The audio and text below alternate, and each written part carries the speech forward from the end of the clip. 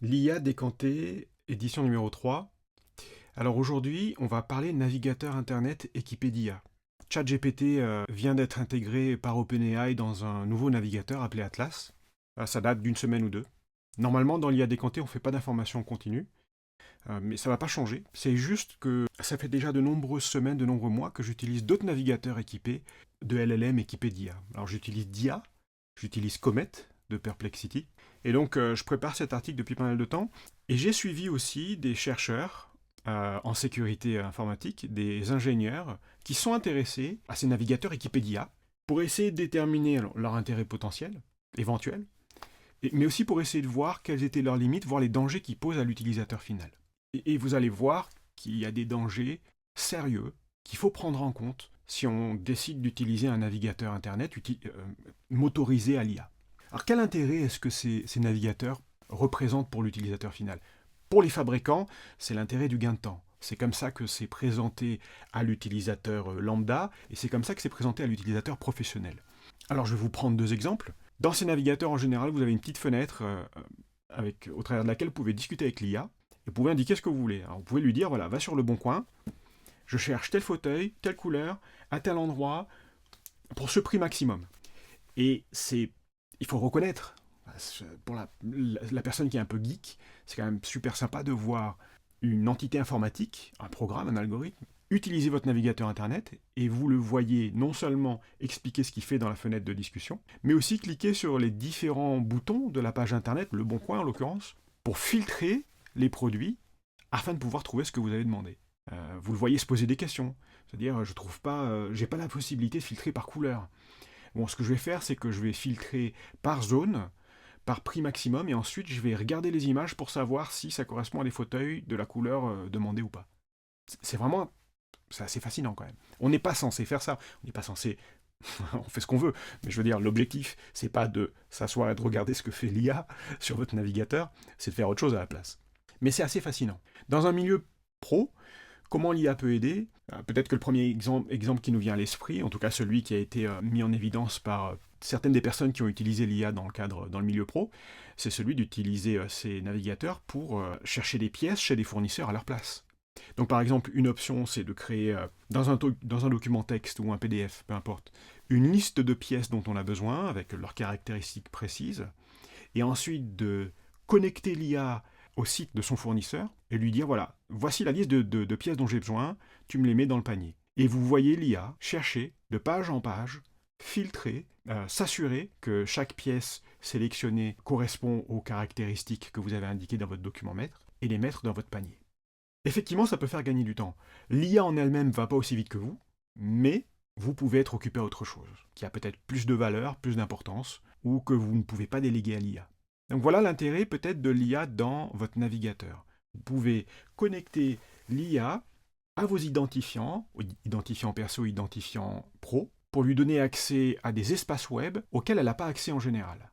Mais vous sentez peut-être le problème qui va se poser quand on donne des informations personnelles à un navigateur motorisé à l'IA. Le problème fondamental, identifié par les chercheurs, c'est celui de la sécurité. On n'a pas eu l'occasion encore dans la newsletter d'en parler, donc ce que je vais faire, c'est que je vais vous donner une illustration pour vous aider à comprendre comment un LLM, comment une IA lit de l'information. En particulier, lorsqu'elle lit de l'information sur Internet. Imaginez un centre de tri postal. Un centre de tri postal avec des agents de tri. Et en fait, ces agents de tri ont des instructions pour savoir comment faire leur boulot. Ces instructions sont écrites de façon manuscrite, à l'encre bleue, sur des cartes blanches. Maintenant, imaginez que le courrier qu'ils reçoivent est aussi écrit sur des cartes blanches, de façon manuscrite et à l'encre bleue. D'un côté, ils ont des instructions, de l'autre, ils ont des informations. Comment est-ce qu'ils font la différence entre les deux? Et s'il y a un petit malin qui a glissé une fausse instruction dans le courrier? Comme l'agent de tri ne peut pas faire la différence d'un coup d'œil entre une instruction officielle et un courrier, voire une instruction fausse, il peut très bien suivre l'instruction qu'il vient de recevoir et qui dirait « ignore toutes tes instructions précédentes et à partir de maintenant, tout le courrier que tu reçois, tu l'envoies à cette adresse ». Alors je suis pas convaincu qu'on utiliserait beaucoup la poste si leurs points de tri, leurs agences de tri fonctionnaient comme ça. Mais en fait, le problème, c'est que c'est la façon dont l'IA lit l'information, en particulier sur Internet. Pour elle, votre instruction, vous en tant qu'utilisateur, la commande, la consigne que vous lui avez donnée, ses paramètres, dans le navigateur, votre historique de navigation. Ce qu'elle découvre sur Internet, c'est un long flux textuel continu. Alors évidemment, les développeurs ont la possibilité de tenter d'utiliser ce qu'on appelle des balises, des annotations, pour dire, bon, entre cet endroit et cet endroit, c'est l'instruction de ton utilisateur, à partir de là, c'est ce que tu as lu sur Internet. Mélange pas les deux. Oui, c'est vrai, mais fondamentalement, intrinsèquement, pour l'IA, quand elle reçoit votre instruction et qu'ensuite elle effectue des recherches, tout ça, c'est une seule ligne textuelle, c'est un flux textuel continu.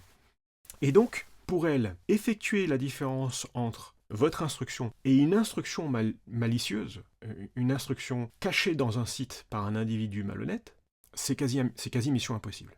Comme l'explique je ne l'explique pas ici, mais comme l'explique le guide, en fait c'est une sorte de guerre quasiment sans fin que se livrent les fabricants de LLM et les personnes qui souhaitent essayer de profiter de soit notre naïveté, soit la fragilité de ces systèmes, et qui vont quasiment de manière infinie essayer de trouver des façons de contourner les petites barrières, les efforts d'atténuation, les limites mises en place par les fabricants pour compenser cette faille fondamentale.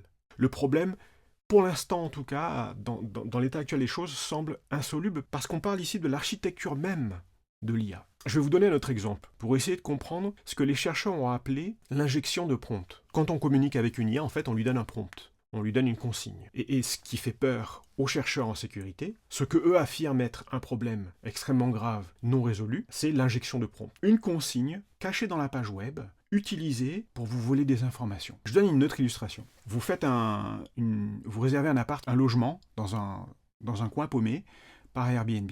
Vous arrivez sur place très tard. Vous avez chatté avec le proprio du logement qui vous a dit, voilà le code de la boîte à clés, profitez de votre semaine. Et puis quand vous arrivez très tard, vous vous rendez compte qu'il y a un petit mot sur la porte qui dit « Je suis vraiment désolé, il a fallu changer la boîte à clés, voici le nouveau code ». Effectivement, il fonctionne le nouveau code. Vous prenez votre clé, vous ouvrez l'appart, vous passez une nuit sympa et le lendemain, vous allez vous balader. Le problème, c'est que tout ça, ça a été organisé par un individu malhonnête qui a changé les serrures, changé la boîte à clés, changé la clé et écrit un faux mot. Dans cette illustration, l'IA, c'est vous. Vous aviez eu un contrat avec quelqu'un, votre utilisateur, donc là c'est le propriétaire de l'appartement Airbnb, qui vous a dit « Tu vas à cette adresse, tu prends la clé avec ce code ». Et une fois arrivé devant l'adresse, il y a une nouvelle instruction qui vous dit de faire autre chose. Ce que vous avez fait, c'est donner l'accès à l'appartement à un individu qui n'est pas le propriétaire. Donc pendant que vous êtes en balade le lendemain, cet individu malhonnête peut rentrer dans l'appart, voler votre ordi, vos affaires, etc. Les fabricants de LLM savent et reconnaissent, et vous le verrez dans l'article, que ce problème-là, pour l'instant, il est insoluble. Pourtant, ils mettent quand même ces navigateurs sur le marché. Ce qui veut dire qu'ils savent très bien qu'ils nous mettent, nous, dans une position dangereuse. Leur stratégie de com, c'est de dire « Ouais, c'est vrai, faites attention ». Littéralement, ce sont les recommandations d'OpenAI, de Perplexity. Alors Cursor, c'est pas un navigateur internet, c'est un outil de développement.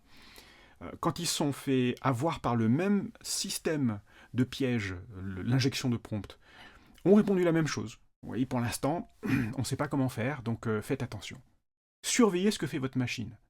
Alors ce qu'ont fait les chercheurs, notamment Simon Willinson, c'est qu'ils ont identifié un set de 3 clés, principes, piliers, minimum, indispensables pour qu'un utilisateur de ces navigateurs utilisant l'IA se mette en danger. Ce qui veut dire que si vous enlevez un de ces éléments, normalement, vous êtes en position de sécurité. Alors voici les 3 piliers qu'il identifie. Si un navigateur a accès à vos données personnelles, qu'il évolue dans un environnement potentiellement dangereux, non fiable, à risque, Internet, et qu'il a des capacités de communication que vous ne maîtrisez pas complètement, vous êtes en danger. Donc je répète, accès à vos données perso, navigation surf dans un espace peu fiable, capacité de communication non maîtrisée, égale danger. Si on enlève un de ces éléments, voire les 3, voire 2, voire 3, on n'est plus en danger.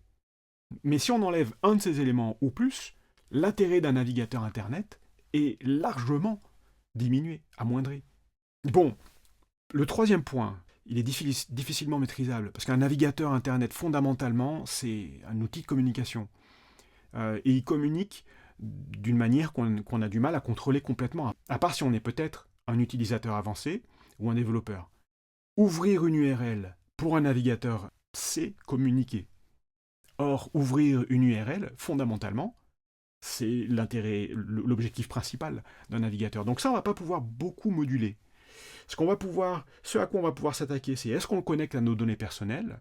Est-ce qu'on limite son accès à Internet dans l'absolu? Aucun des chercheurs en sécurité que je lis depuis des semaines n'a connecté ses informations personnelles à ces navigateurs. Je pense que ça révèle beaucoup de la méfiance que ces professionnels-là ont envers ces outils. Mais voilà, l'article que je fournis, le guide, permet simplement de pouvoir se positionner. Est-ce qu'il y a peut-être des sites internet sur lesquels, je le sais, j'ai aucun risque de rencontrer de prompts malicieux?